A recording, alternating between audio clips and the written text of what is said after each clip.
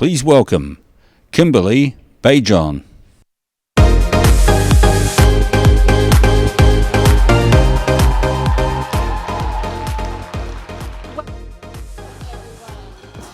This is the session on From Code to Command. Can everybody hear me? Thank you. This is a session on Code to Command. It's the journey from a network systems programmer to leading an amazing product marketing team at Fortinet. I'm Kimberly Becan, and of course that looks like Becan, but it's pronounced Becan. I'm so excited about this conference, and I'm loving to hear so many women's journeys. This is how we can best move forward, by learning from others. So I've designed this session to actually be about my journey, but I want to take you through some lessons learned along the way.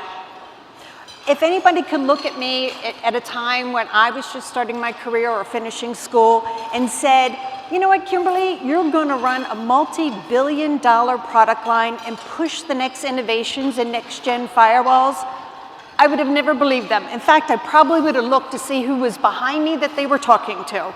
You just don't know where your career is going to go, but keep your paths open, and you'll see that career is going to give you a wonderful journey. So first is a homage. Oh, my slides are over that way. That is an image actually in a waterfall here in Tennessee. It's celebrating our 10 years here at the conference.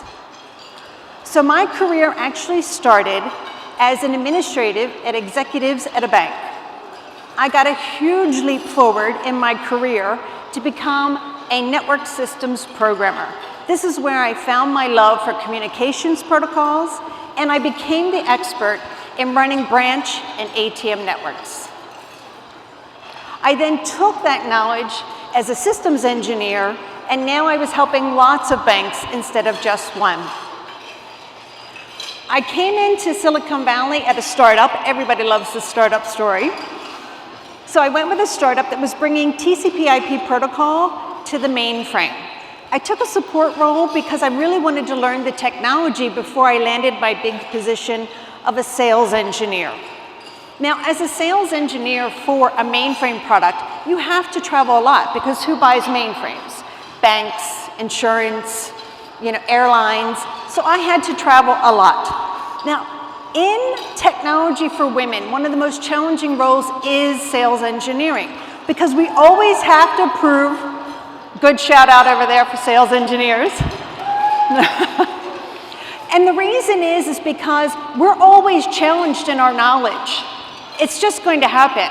So now you have to meet new people all the time. This becomes really difficult because you're proving yourself over and over again. But it is so rewarding for you because you know your knowledge is even stronger. Now, I took a big shift in my career to start my motherhood, and I took one as a QA role. But I leveraged that to start moving into leadership, so I could keep my career on path and still learning a lot new technologies. Now, I love the front-end business world. I love sales engineering. So I went back into it, but I was like, I'm enough with mainframes. I went into SaaS applications. Fabulous transition. But at that point, that's where I found my big leap into product marketing. That's where my tech background and all my creative energy was able to come together to get to my ideal position.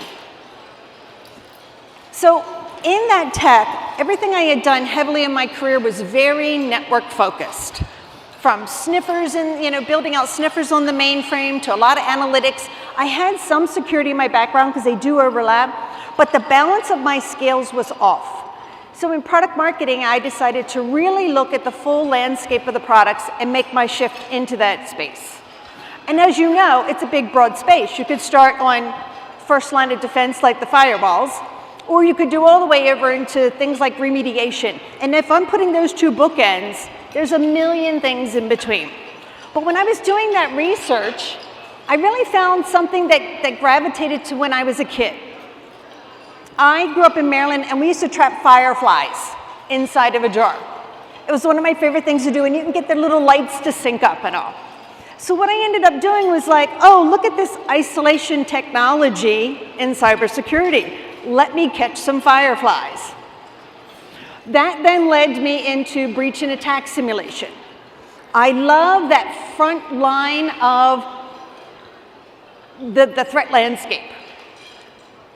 And now I take all that knowledge I had in isolation technology. Sorry, slides moved ahead. I took all that technology that I learned on the front line, and I put it into the firewalls. So what I'm going to do next is kind of give you some short stories to make that career look a little bit more how it all came together and got me to the point that I'm at. And then I'm going to share those lessons learned that I had along the way. Now, before I do that, I'd like to take a survey of the room. All the women that are already in their career in this room, if you could please just raise up your hand. Now hold it up for us, and great job. Everybody take a look around because we have a lot of amazing students about to get started, right? Now women in the career, if you're in here just 5 years or less, can you lower your hand? Keep looking around. How about 10 years and less? Very good. 15 years and less? I still see amazing hands, and these are the women that shattered the glass ceiling for all of us. These are the women, exactly. They have knocked down the doors. Kudos to all of you. Now, I did this for a reason too. I want to see these women went through challenges we hope none of you all have to go through. We've set that stage for you. So now I'm going to take you on to some short stories. Now, this first story is actually something from my childhood. It has nothing to do with work, but it has influenced everything I do in work. So, remember back to the first time as a kid you flew on an airplane. I remember very distinctly listening to the stewardess give the in-flight instructions. And she came to the point that said, sometimes the closest exit is the one behind you. As a kid, I thought, what? This is crazy, right? But I craned my head to look forward, and I found the exit in front of me. And I looked behind, and the closest exit was behind me. The lesson to that story, and I use it all the time, when things get challenging in life, and they will, when you get frustrated or things aren't making sense, my advice is take a pause. Change your perspective. More often than not, the exit, or in this case, the answer to your problem, is not in the direction that you're looking. Now, for my second story, when I was an admin at the bank, I interacted with a lot of executives. The head of the mainframe team identified that I had a lot of analytical skills, and he wanted me to come work on his team. Women in mainframe back in the late 80s, early 90s, there was like 2 of us out of probably 80 men. I was not interested in doing this. I was actually kind of scared. But he said, give it a year, you're going to do amazing. That was absolutely the best year of my life. The gentleman that ran the mainframe team, his name was Corky. And Corky introduced me all types of technologies. And this is where I found out I have a love for protocols. I then become the expert that ran all of their branch and ATM network.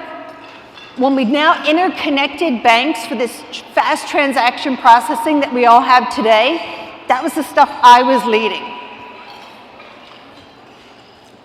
I was that go-to person, and I built up such a great confidence, but it took a long time. Now, when you have that level of confidence, everything in your life changes. And this is where I was able to find the love of my life at the same time. Who has been my best supporter and my biggest confidant? And no, that's not Corky. Corky was that fabulous mentor in my life. My husband is someone else. But the lessons I really want you to take from this is surround yourself with people that see things in you that you don't even know about yourself. Surround yourself with people that are going to be there for you, hold you accountable, and push you. And they're going to be there for you when it's good times and when there's bad times. But to have those people in that life, that requires you to be that people to others. So be that supportive person to your family, your friends, and your coworkers. Now, another story I have, I did something most Americans would not want to really consider. I moved to Turkey. A lot of Americans would be like, that's the craziest thing you could do. But my husband is Turkish, and hence why I always have to explain the spelling of my name to the pronunciation. He was starting his next career path, and I ended up getting a job at a channel company. Now, that channel company serviced banks, which was great for me, and they had a big portfolio of products.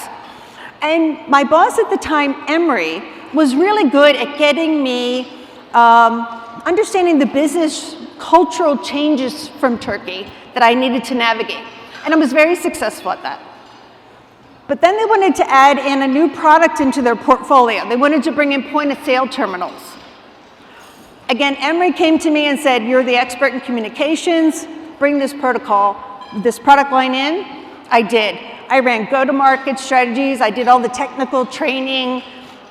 Since I had built relationships with all those bank executives, I was able to run pitch lines to them, and it was a great launch of a product. And it was my first step into product marketing.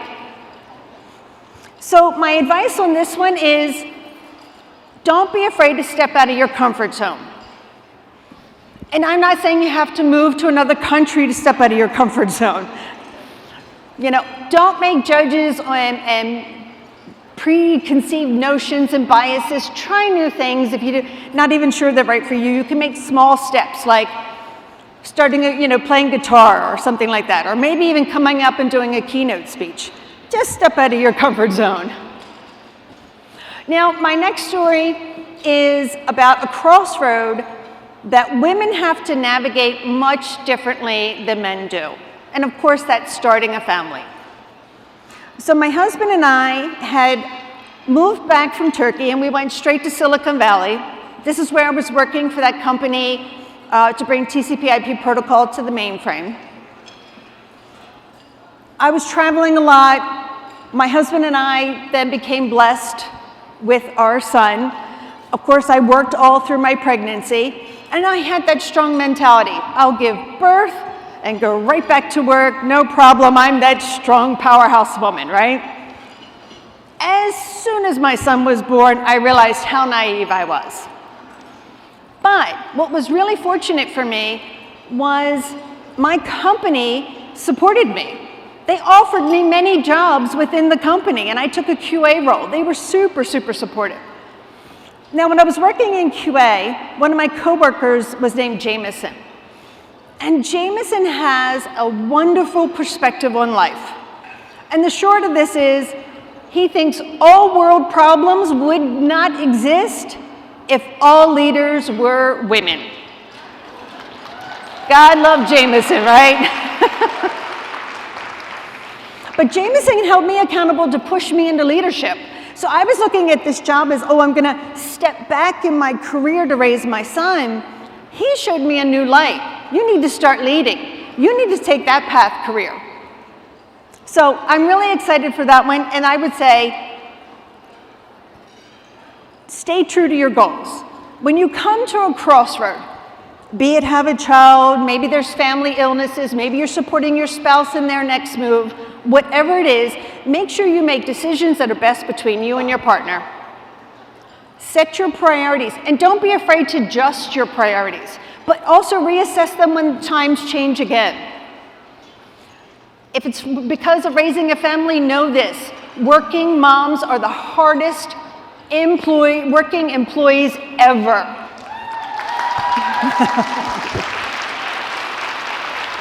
Make sure that company that you're with is supporting you, and if they're not, move on. It's about you and your family, and they get the most benefit out of you. So for my last story, that's where I took my step into product marketing. So I was working as a sales engineer, and the product marketer there was like, do you know you would make an amazing product marketer? I said, okay, let's give it a try. Off I went, He showed me the ropes, amazing way to get me up and quickly into traction. Again, it was that time, it was a lot of network products I was doing. That's when I started doing the research in security, trapping the Firefly. That's where I picked out isolation technology. That company initially got bought by HP. Then I went into breach and attack simulation. Again, that front line, I wanted to always see what's in the wild or what's going on. And that's where now you can see all that front line that I have there. I'm running the firewall, your first line of protection. All that threat intelligence is coming into the firewall. So everything comes around in full circle. So follow your instincts is my advice on this one. And I know there's a lot of studies that say, oh, don't follow your instincts. When people make blind leaps into things like a dog chasing a squirrel, of course you're going to get those results. I'm talking about that gnawing gut feeling that every time this crosses your path, you got a little tingle in the back of your head. Listen to that, follow that, research that, and then make an executive decision on you if you want to make that leap. Now, I hope some of these stories help connect you. And now what I want to take us into is, of course, we know there was a glass ceiling. That glass ceiling was even getting women into technology. That has now been shattered.